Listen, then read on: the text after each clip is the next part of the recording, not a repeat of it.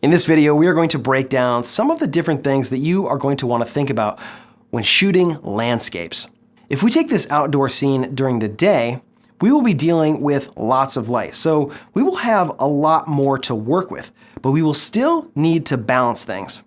We know that we want a large depth of field, but as we have already discovered, we cannot just crank the lens down to its minimum aperture because of diffraction. There are some tools to help you find out what the limits of diffraction are on your camera system, and you can find those on the webs. For those of us that use a 1.6 or 1.5x crop sensor, you're going to be looking at right around f11 for when you start to see diffraction. Full frame users can go down to f22, which is 2 full stops lower. Remember that diffraction is gradual, so you may see it at f11 and you may not. Let's jump into the field and shoot some photos. All right, we are outside here in upstate New York, just outside of Rochester. You can see this is farm country here, and we're gonna look at shooting some landscapes and controlling diffraction. Now, on a day like today, when it's a little bit stormy outside and we have almost complete cloud cover, the photos are not going to be super sharp, as opposed to if we had full direct hard light coming from the sun, because sharpness comes from contrast, basically the difference between light and dark. And when we're getting a 180-degree hemisphere of light, that's going to basically fill in light almost everywhere except directly underneath things. So that's going to make sharpness even more of an issue. So what I have set up here is my camera, a 17 to 50 millimeter lens, and I have this guy right here. This is a LCD viewfinder. It's basically a magnifying glass that's set to work with this particular sized screen. And what this will allow me to do is check in live view and also compose the pictures in live view mode, where I'm looking at what the sensor is actually seeing to check focus. Because out here, unless I had a nice lens with really great focus indicators, getting the focus bang on is going to be really difficult, because I don't trust my autofocus to be able to focus on the right point without checking it. And it's just easier to use the live view and focus on exactly what I want to see. Now, you'll see in a second here that in the distance we have a farm with a couple of silos, we have a barn, we have a field, and a small hill behind that. And it's probably, I would say, maybe a half a mile away, maybe a third of a mile away. And so at those distances, that's going to be essentially at infinity. We're not going to be able to get a huge difference between that and, say, something that's a mile behind there.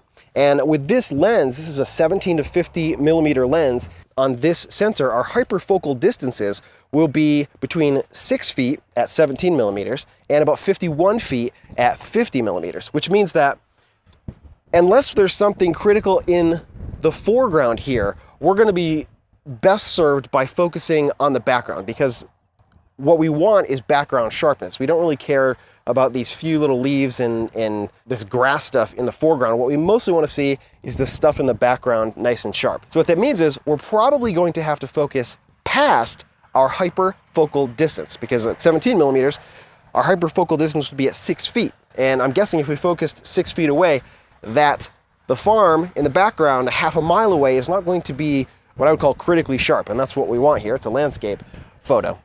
We got the camera set up here. Before we get to setting the actual settings, let's talk about what's going on below the camera here. What I have here is a tripod, you probably recognize this, and a sandbag, because I want this to be really stable. Now, technically speaking, this is a video tripod with a video head. It's meant for pans and tilts and things of that nature.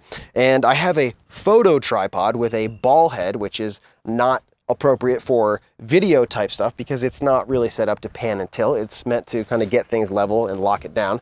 But this tripod, because of the leg design, this 2+2+1 kind of crutch leg system, is a heck of a lot more stable. And out here, when we have a constant wind between 15 and 30 miles an hour, I want something that's going to be really stable. And you know, you can tell that this is rock solid, especially with a 20-pound sandbag sitting on here. So if you can get a steady tripod and get a little weight on it, you're going to be much better off outside. Also, this doesn't have one of those columns that extends from the center. That can also kind of induce some instability in the tripod, especially in the wind. It can kind of wobble around a little bit. This is pretty stable because the legs come right up underneath the head. So I'm not worried about this moving around. But I'm going to throw this in manual mode, And I'm gonna put the ISO down to 100. Right now I have it set to evaluative metering. And right now it's telling me that a shutter speed of 200 or perhaps 125 at f8 is going to expose this photo correctly. Now what I want to do is I'm going to put this in drive mode of 2 seconds because I don't want my hand motion when I press the shutter to influence the sharpness at all. So I'm just going to put this in live view, and I'm going to focus this up really quick here. I'm going to push in just a hair. I'm at about 20, maybe 25 millimeters. And I'm going to punch in and focus this guy up on that farm in the background. And pretty much the foreground is going to be in focus as well. So that looks pretty good right there. It's not super interesting, but let's see what we have. 2-second delay. Great, and it snapped the photo there. Now, although the lighting is pretty terrible here because it's overcast and there's a lot of moisture in the air, those settings work pretty well. And even though we have some stuff in the foreground here that is moving at 125, and check it out, and I bet there's not going to be very much motion blur here. I'm going to do another one here and just double check the focus. I'm going to turn optical stabilization off because I don't really think that we need it. I'll push in a little bit more. So now I'm at 50 millimeters, just kind of trying to crop it in a little bit so I can get more of the farm field and the hill behind it here. So we'll do one like this. And if we are getting a little bit of blurring, what we can do is we can push the ISO up. So we can jump it up to, say, ISO 400. Then I can increase the shutter speed here to something like 800 or maybe 500, which says I'm going to be about 2/3 overexposed. But the photo that I just looked at looks pretty dark, so let's check this out. Yeah, that looks fine. I don't think we have any issue there whatsoever. And at 1/500th of a second, the grass and stuff that's blowing in the wind there is not really going to be a problem. That's going to be frozen. That looks totally fine. If we had more light here, let's just simulate that by increasing the ISO to 800. And f8 works totally fine, but let's say maybe we wanted to get something with even more depth of field. Maybe this stuff in the foreground here is not as sharp as you would like. So we go to f11. On this camera, right around f11 is where we're just going to start seeing diffraction. I'll snap a photo and we can look at the difference between f8 and f11.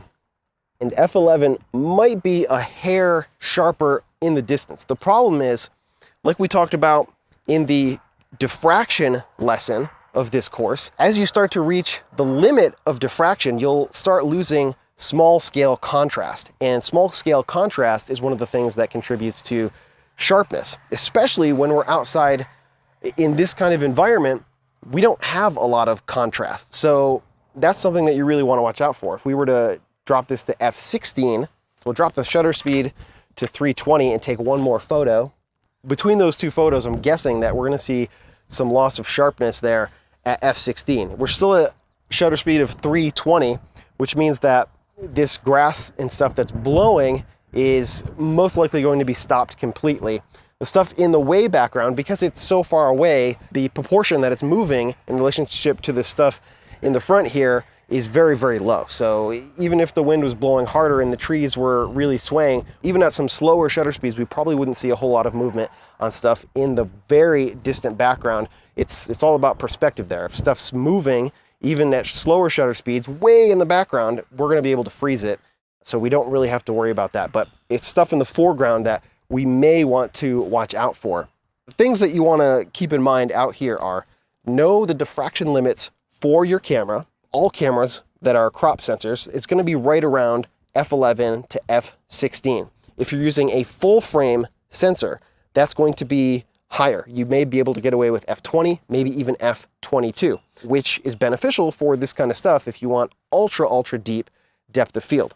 And a really valuable tool to have to be able to check these is an LCD viewfinder. Now, that's not absolutely essential, but if we were in full direct sunlight, like we will be in some of the other examples in this course, checking your focus on this monitor becomes extremely difficult because you just can't see it. The monitor is nowhere near as bright as the sun or the ambient light outside. And so it's very, very difficult to see. Using one of these allows your eyes to adjust to the brightness, especially in a really, really bright condition, but also it magnifies the screen so we can really check what's going on there. And you can find LCD viewfinders pretty inexpensively, maybe around 40, 50 bucks for a really cheap one.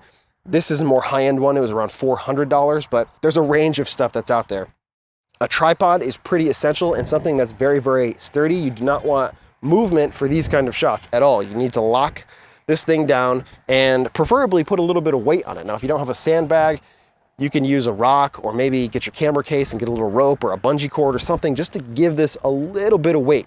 Anytime you're outside shooting, there's a risk of wind kind of blowing your tripod around, and that's not going to help anything. That's not going to help your photos be sharp. But also, it's always smart to have a little bit of weight when you're outside on your tripod, just to make sure that it's going to remain where you left it. If you're going to be here and holding onto it the entire time, that's fine, although I wouldn't recommend holding your tripod while you're shooting. But if you step away from your tripod at any point in time, a little bit of weight on here is going to be some cheap insurance, because I've had a tripod fall over with my camera on it and it broke a $600 lens. Had the person that had been borrowing my camera and tripod had some weight on it, it probably wouldn't have fallen over. If you're shooting landscapes in full open sun, you're going to want to keep your aperture right around or a little bit above the diffraction level for your camera system, and just control the exposure with ISO and shutter speed. If it's really, really bright, you can keep the ISO all the way down. Just keep it at the lowest, whatever it is, 80, 100, whatever it is, and then control the exposure with shutter speed. And as long as you have a reasonably equipped DSLR, that's going to be pretty easy. This camera can shoot at up to 1/8,000th of a second. If, for whatever reason, your shutter speed cannot go high enough to keep things in check, and you don't want to push your aperture down smaller because you're going to get into that diffraction territory, what you could do is use an ND filter. An ND filter is basically sunglasses for your lens. They're supposed to be optically neutral, and as long as you get a fixed ND filter, it's not going to affect sharpness as much as, say, a variable ND filter, which means that you can rotate the end of the filter and that will change the amount of light that gets let through. Those tend to be a little bit softer, and that's not something that you want if you're shooting landscapes.